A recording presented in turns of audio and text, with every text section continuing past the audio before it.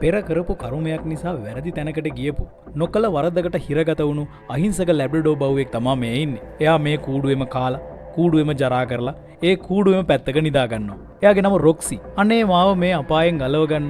රොක්සියාගේ කූඩුව ළඟට එන හැම කෙනාගෙන් මේ විදියට ඉල්ලුවා.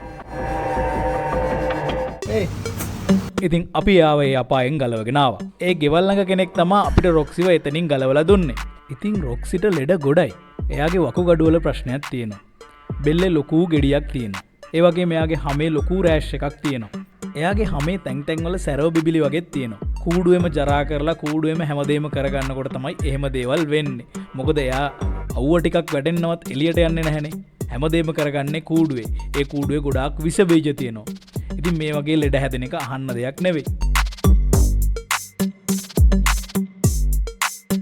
එන්න හොඳයි. එන්න අනිත් වෙලෙඩ. අන්න.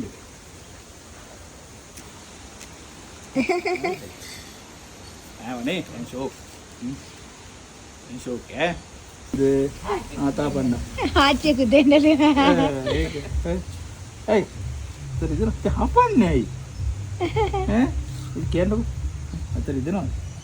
අතර ඉදනවා. වේවුලනවනේ ඔයා. සීතලයිද? සීතලයි පොඩ්ඩක් ඉතින් නාපුවනේ. හරි. දැන් ඉතින් රොක්සි හොඳ වෙනකන් ඉන්නේ මෙතන.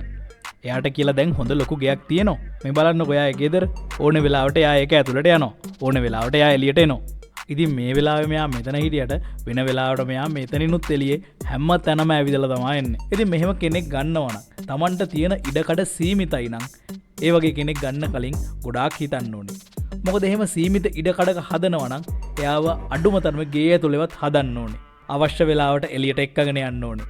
හොඳට එක්සයිස් කරන්න පුළුවන් වෙන්න ඕනේ. ලැබ්‍රඩෝලා කියන්නේ ඇඟ ඇතුලේ ගොඩාක් ශක්තිය තියෙන අය.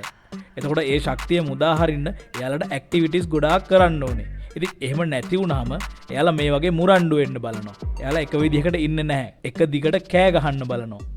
ඉතින් එතකොට gedara මිනිස්සුන්ටත් වදයක් වෙනවා. ඉතින් සතෙක් හදන්න දන්නේ නැත්තම් එක්කෝ ඉගෙන ගන්න. ඒ දේවල් වලට කැමති නැත්තම් මේ වගේ අය ගෙනල්ලා එයාලව අනාථ කරන්න නම් එපා. ඉතින් අපි ඉස්සරහට රොක්සිගේ ලස්සන වීඩියෝ එකක් අරන් එන්නම්.